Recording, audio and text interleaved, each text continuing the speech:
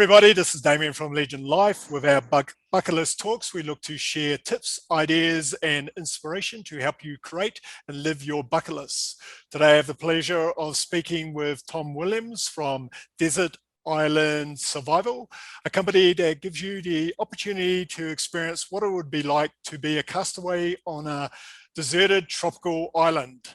So how are you going today, Tom?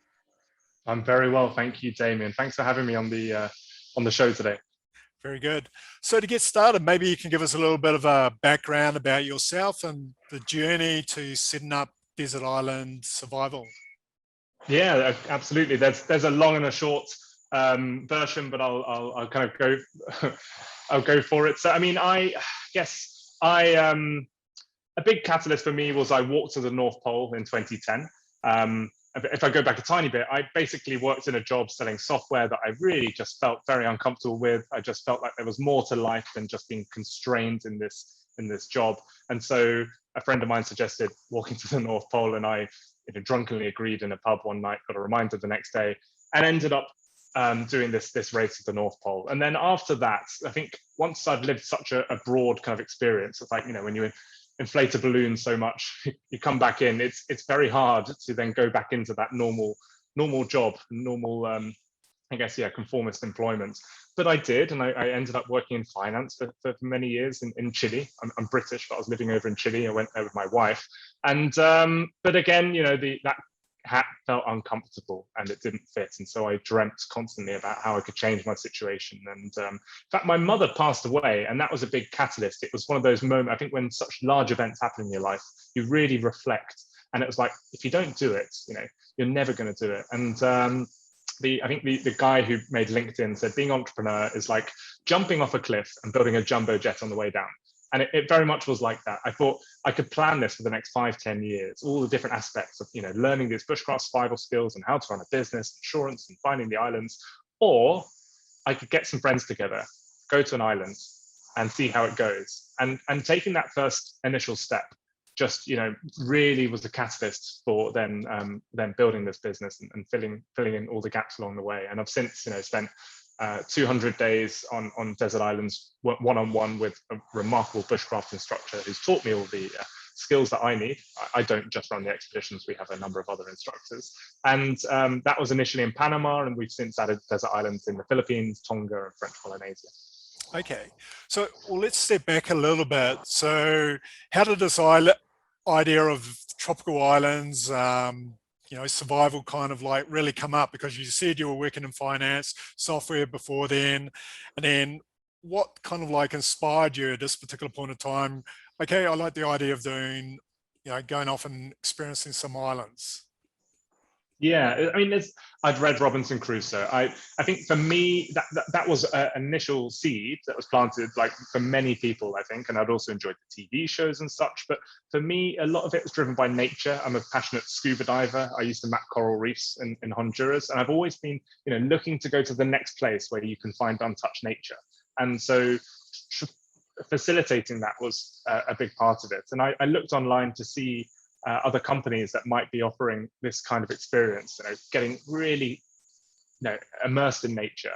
And I found a company doing it, and I went on their experience, and it was very underwhelming. And I thought, what? No one really has original ideas, I guess. I mean, obviously someone has to, but majority of ideas aren't totally original. And I thought, you can do this, but do it much better. The guy was ex-military and a little coarse and misogynistic. I was like, if we have really nice, emotionally intelligent instructors who can make this a really fun learning environment, as well as very, very skillful bushcraft teachers. And also the island we went to was very disappointing. There were sandflies. There was actually a guy living on the islands, and I was like, for me it needs to be. I don't want to see lights on the horizon. I don't even want boats going past. I want picture postcard beauty and a feeling of total isolation. So it just gave me a benchmark of having an idea of like where it could be done better. And I think, that was another kind of catalyst as well. So how many of these exploratory experiences or expeditions did you do to kind of like get a sense of what a survival experience would be like, learn your bushcrafting skills, etc.? So I went on that course. I then went on another one run by a gentleman called Tom McElroy, and he runs all our Panama trips. He's if you watch Bear Grylls at Ed Stafford, he's the guy behind the camera passing the right wood to Ed Stafford to rub together. He's the bushcraft power behind the throne. Unbelievably talented guy. So I went on his course. I dropped the bombshell that I was setting up my own company. Would he like to work with me? And then he said yes after a long pause that made me a little nervous. And since then, I collaborated with him. I ran 12 expeditions with him, learning from him and developing things like cutting a coconut. You see people opening coconuts in marketplaces, or making a friction fire. It's a rule of 10,000 hours. You can't just watch a YouTube video and practice it for a couple of hours. You've just got to keep on doing it over and over again. And I'm 6,000, 7,000 hours into my 10,000. He's like 20, 30,000 hours in, and my other instructors are too. So yeah, I think that's I've since done 12 expeditions. We've run 17 as a company so far. So that's kind of where we're at. Okay. So before we talk about your company, what about yourself? Do you have any kind of expeditions, experiences on your bucket list, which kind of like survival kind of oriented? Yeah, I mean, obviously, so a big outlet for me on a desert island piece is also finding new islands, and I love going deep into parts of Indonesia and Papua New Guinea and trying to add islands, and that for me is a beautiful adventure in itself. I think right now the one I'm looking at is I really want to do more kayaking. There's some really cool pack kayaks that you can get these days that fold up fairly light, blow up ones as well, and I love the idea of going down an Amazon tributary.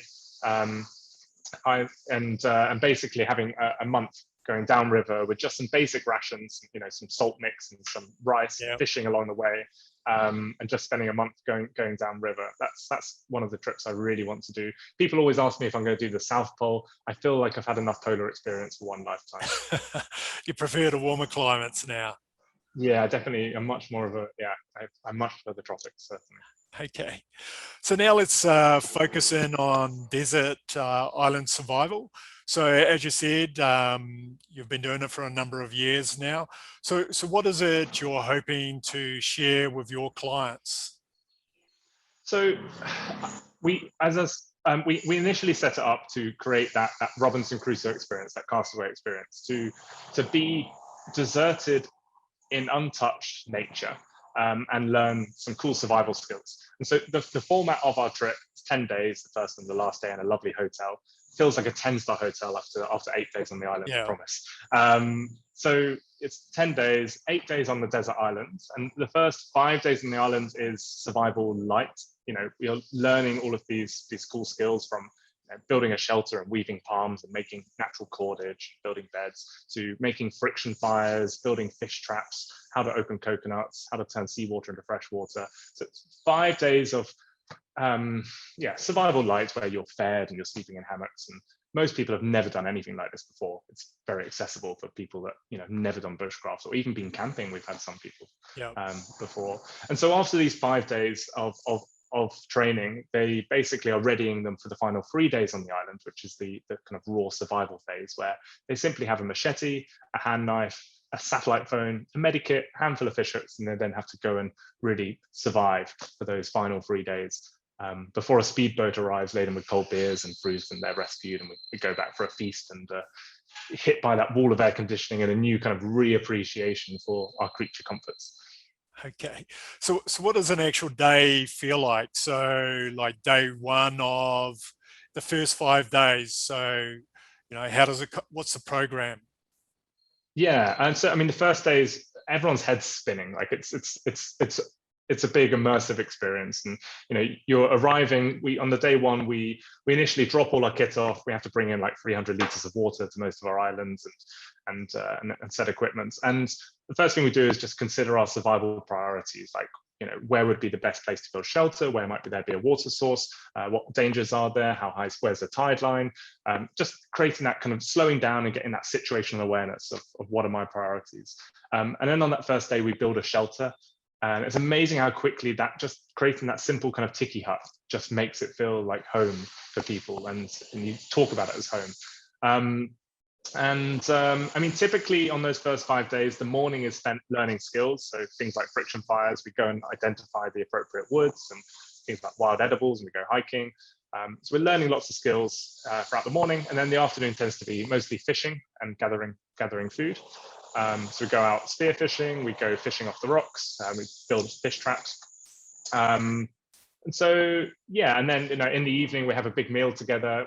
People start to feel like a tribe. You always have community. It's nice when, obviously, we don't have our phones. People talk to each other. People really open up as well. It's amazing how just people share vulnerabilities. You really get to meet people, and people connect really deeply in this natural environment. And might pass a bottle of rum around the fire in the evening.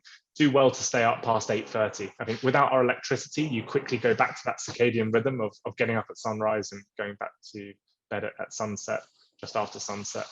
So I mean, there's no typical day, but for the first 5 days, it kind of follows that somewhat of that routine.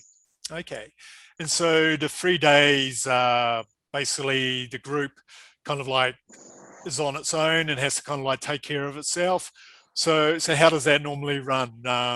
So what's the feedback you get from people's experiences over those 3 days? Yeah, so I mean, there's a couple of things. We give the people the option. So on every trip, you can do that final 3 days solo. So a lot of people want to know whether they could do it all for themselves and what it's like to just spend 3 days without even talking to another human. But for a lot of people, many people haven't experienced that. But generally, the rest will go as a group. And they have to obviously get a fire going by friction. They have to build that shelter, find their food.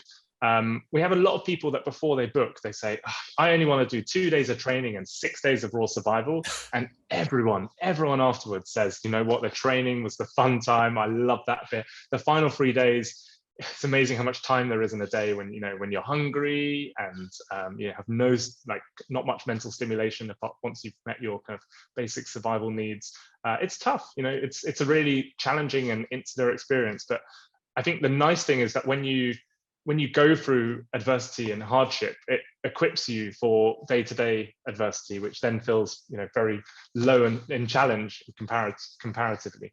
Like I think the analogy I use with the North Pole is you blow up the balloon so big, and then when it goes down again, and then your day-to-day challenges just feel very easy and attainable.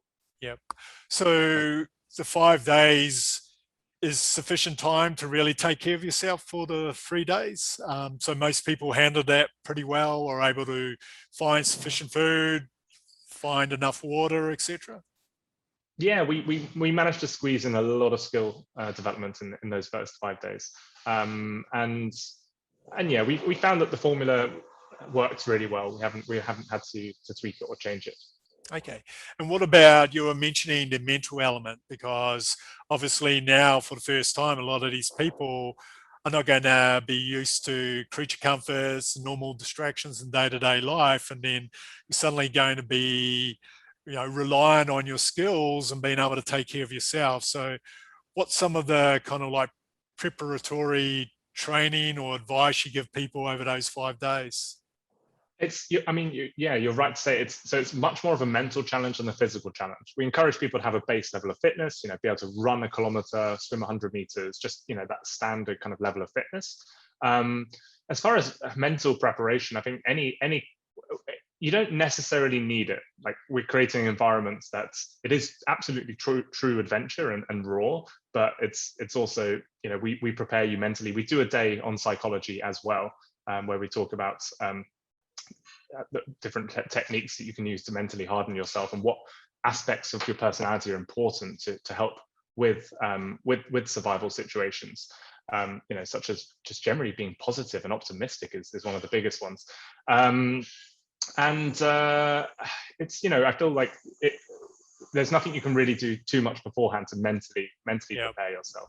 Just be open, I think, to what's about to come, and enjoy the ride. Okay. So, and then how do you go about selecting the actual islands? So what's the criteria you use? So it's a good question. It's something I love doing. Apologies, someone started mowing behind me. I hope you can hear me okay. Really loud. So I talk about, when we're looking for alien life, we talk about the Goldilocks zone, like not too hot, not too cold. It's finding exoplanets that have that just right. And the same as with desert islands. It's about finding places, islands that are near enough to tourism that we have the infrastructure of a nice hotel, we have a hospital or clinic in case of an evacuation, we have an airport, so it's not too arduous to get in, but not too close, of course, that we have boats coming past, lights on the horizon, and people turning up on the island. So that's a big challenge just in itself, is to find that kind of thin layer, not too hot, not too cold. Yeah. And then we have to consider dangers and annoyances. Like, there's plenty of beautiful islands in the southern Philippines, but we have pirates, for example, we have to worry about with kidnapping, so we can't go there. And on the west coast of Indonesia, loads of great islands, but pit vipers are very common, and we don't want to mess with those kind of dangers. So we have to vet the dangers too. Yeah. Then we have to consider the resources on the islands. Also beauty as well. Like, we want it to be stunning. I think that's important to a lot of people, even though it's just aesthetically nice. Yeah. And then of course for us, cost as well. Like, there's plenty of beautiful islands in Fiji, but they're used to TV money and they want $25,000 a week to rent these islands. So we have to find islands that fit the financial criteria for us to run as a business as well. So there's a number of different factors that makes it. I think it's good that we're very picky. Yeah. I'm going to close the door. Sure. I close the door 1 second.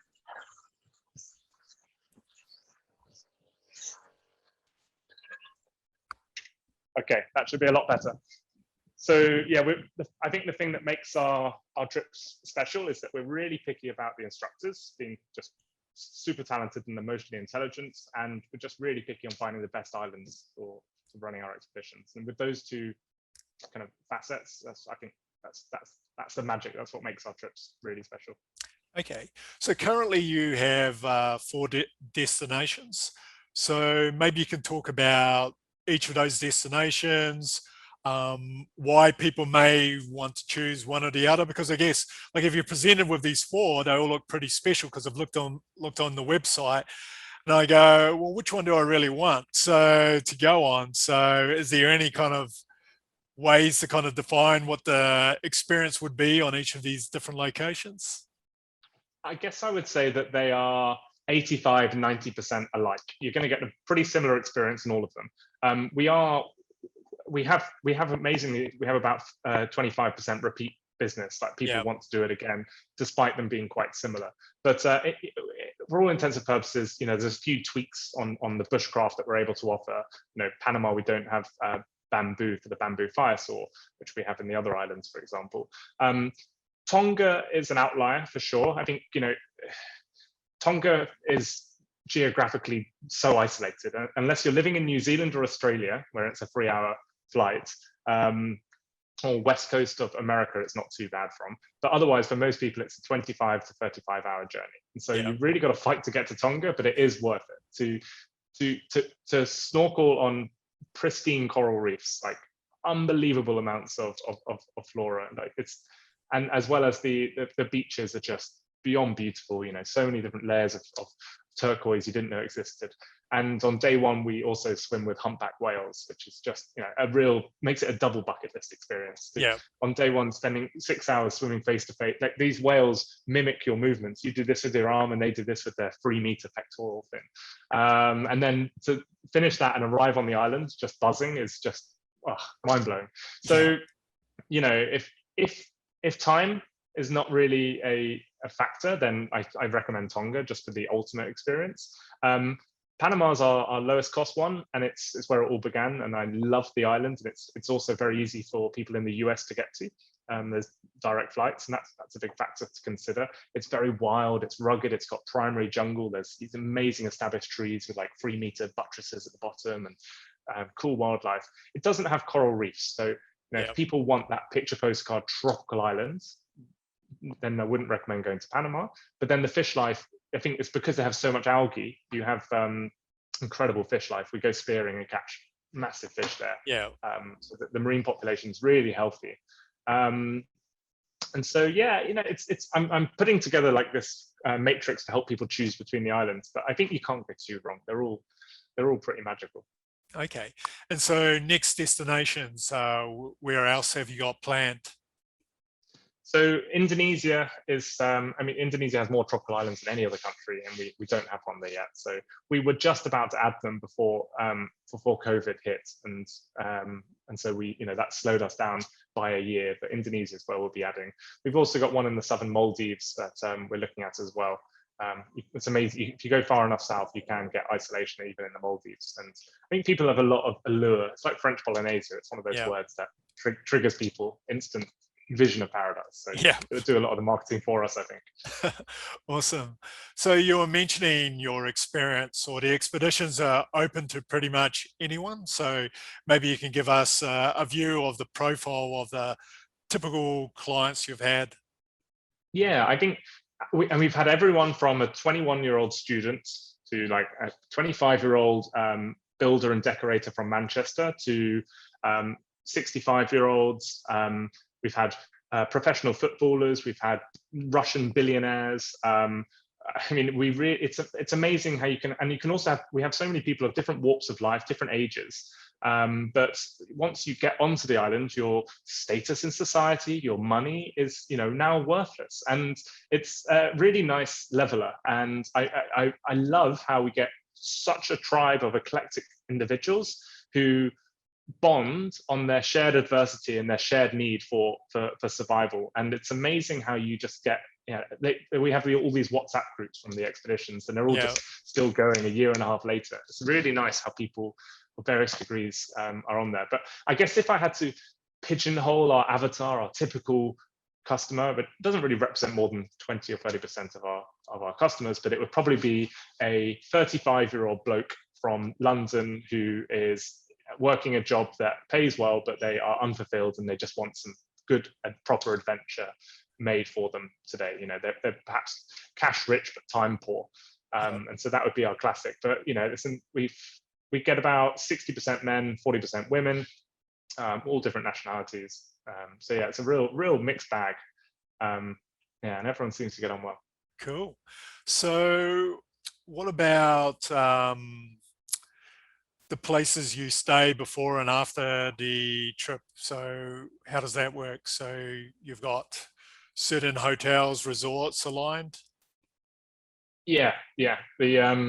We try and find the nicest ones in the area that will also accommodate us, because you have to remember that we come back off this island stinking of wood smoke, filthy. We look like vagrants, but they love it. They find us very entertaining. So we work with those hotels, and they're also very accommodating, helping us store the equipment there as well. And yeah, we try and find beautiful hotels that really do feel like a 10-star hotel when you get off the island. Okay. And so what's the typical group size? So our expeditions, we have 2 instructors, a lead instructor and an assistant instructor, and then we have 10 people come on the trip as castaways. Generally, they don't know each other. It's just 10 random individuals from different parts of the world. And we cap it at 10 because we feel like that's, any more than that, you would kind of have 2 conversations around the fire. It'd be more fractured. And we feel that that's just the right amount that we can live as a tribe, and everyone kind of bond very well. So so we don't try and pack our trips any more than that. Okay. And so have you thought of extending this into like family kind of survival experience? Yeah, we have 55 people in our database tagged as family right now. We get a couple of inquiries every month on family. There's lots of different, it's absolutely in our pipeline. And it's, I think there's a lot of it's a classic father and son bonding experience. It's not just obviously reserved for father and son, but that's a big bucket list for people. We've done a few private trips. A very wealthy American Californian, he got his own plane to fly down with his son, and then his other son 2 weeks later to do this just one-on-one. So we do private bookings as well. But so that's one thing. And then there's so many different avenues that we could take this as well. We've had groups, we've had businesses doing this as a team building exercise. We've had groups of entrepreneurs doing this as a mastermind, just to step back and think differently about their business. We've had yoga and meditation and mindfulness kind of layer. So we've had a yoga teacher come with us and add 2 hours of that every day. into it. And there's so many different ways that we could spin it without kind of losing our core values. But yeah, it's Sure. something we can definitely broaden on. So what personally inspires you so much to share this experience with other people? I mean, definitely from a selfish perspective, I wanted to create a dream job for myself. I love nature deeply, and I wanted something that allowed me to get out into nature 50, 60 days a year. And I love meeting people, and so I was created something that would facilitate my social aspect of meeting cool people and in a lovely environment where we're not on our phones. You really get to meet them. And be out in nature. So that was a massive catalyst for me. It's just, it's a lifestyle business first and foremost, really. And it's growing now. Even with COVID, I've taken on a couple of virtual assistants who are now helping with the marketing and the CRM system. And it looks like we can hopefully grow the business, but we'll grow it to a point where we'll cap it, where we have to consider the sustainability of the islands, very, very environmentally conscious, and maybe get to a point where we can even have a waiting list and have to apply to do this. But I wouldn't want to grow it too big. I think you'd lose its soul if we go past maybe 30 expeditions or so a year. So we have to never lose sight of what now currently makes it special. And I think I'd say about as many as 90% of people that come on the trip say it was the best holiday in inverted commas of their life. I think just it's so impactful for people. It's for many people, it's the first time they've really disconnected from technology. We go on holiday, but we may drink too much or be on our phones, or it can be quite hedonistic. And this is a really nice way of just totally taking a holiday from life. Like really, by day 3 or 4, you almost feel something change in you. There's been some. I'm going off topic slightly, but there's been some amazing studies. Of people, there was people that had their gallbladders removed in hospital, and 50% of them had a view of another hospital building, and 50% had a view of trees and forests. And 100% of the study who had a view of nature healed quicker and required less medication. And it's amazing that it changes our brain chemistry. Our serotonin, our endorphin levels are elevated by immersion in nature, and also community, living as a tribe. And even though you're getting a few mosquito bites, bit of sunburn maybe, or it's hard, people come out of it invigorated and elevated and alive, and with a new passion for people. It's been transformational for people. They've quit their jobs. They've changed they've first time they've kind of been able to identify things in life that need real change. And I think I didn't expect it to be like that. I didn't set it up in any way to be transformational, but having that impact on people makes it really, really rewarding. We've had people who've been heavily overweight lose hundreds of pounds and become marathon runners, and it's a really somehow like a really good catalyst for people. And so that's wonderful. No, brilliant. So what would you say is the number one reason why people need to have some kind of an experience like this in their life? I think we forget that the dawn of agriculture only happened 15,000 years ago. We're tribal people. We're genetically tribal people. We're preconditioned to live in communities as tribes. We're preconditioned to live up close to nature. And I think going back to the simplistic existence really reinforces that. It reinforces our value system, our value structure, again, which helps people to make changes and identify happiness.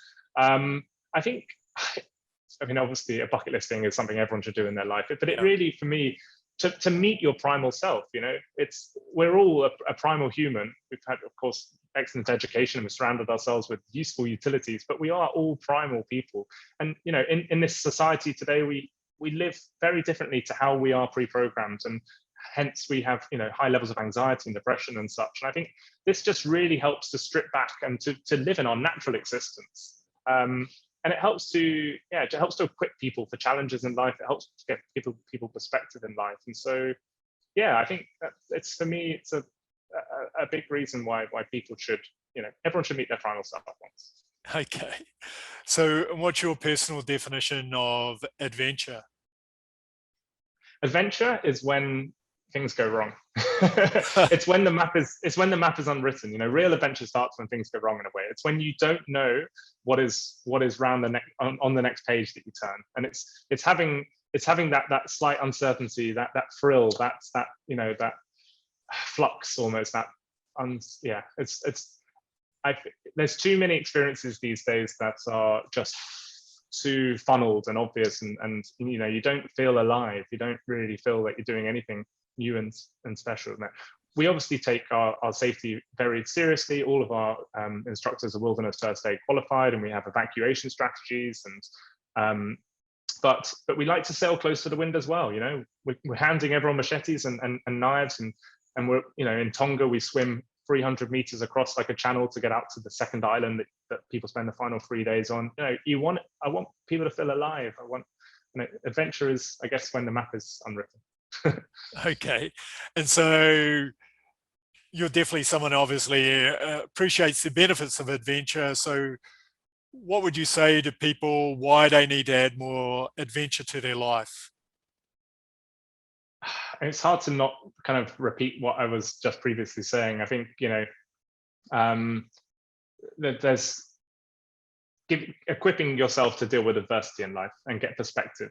Like when I did the North Pole, I said, like, if after that I miss the last bus and I have to walk 4 miles, it's a walk in the park. And I think giving yourself that hardened ability to cope with adversity is definitely one aspect.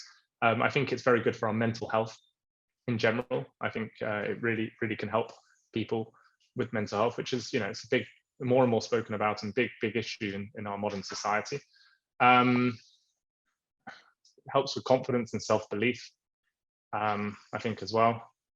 I would have to write, like, I'm sure I could write down 10 or 15 different reasons why we all need adventure, but I struggle to think of any more off the top of my head initially. No, that's fine. So, and your definition of living your best life or a legendary life? Yeah, you know, we have a value system today of wealth and money. You know, we think that's the metric of success, and I think most people realize that, you know, you can't define success in money anymore. Doesn't translate into happiness. And for me, I mean, I always said that money buys 3 different things. It buys you security, you know, food security, the roof over your head, medical security, and also the fear of not worrying about money. But secondly, it buys you time. You know, you don't have to exchange my time to make money. I can choose to spend my time as I wish. And the third thing is just simply choice. You know, I want this car or this house or this restaurant. Other than that, it's nothing else really. Where was I going with this? So yeah, for me, I think creating my best life is having a life where I'm able to choose how I spend my time. Like in an hour and 10 minutes, I'm going kite surfing. I'm just learning to go kite surfing right now, and it's my 8th lesson. You know, that's I came bottom of my school. I was the fattest kid in my school. I was a complete failure. My nickname was Bum. You know, my life trajectory was like this, and I now I'm living in the tropics and I'm going kite surfing. For me, that's success. I think it's yeah, choosing to do as you wish and not being beholden to I don't know, to others' time. No, brilliant. That way. So 3 life lessons you've learned in life that you think would be of value to others? Oh, goodness me, you're whipping out some tough questions here. I always like to say that every single person in the world knows something you don't know. It's so important to listen to everyone, be it, you know, a rural farmer or vagrant in the street or whatever it may be. Every single person could teach you something. So always, never feel superior in your knowledge. You can always learn from anyone at all. Goodness me, what else do I spout?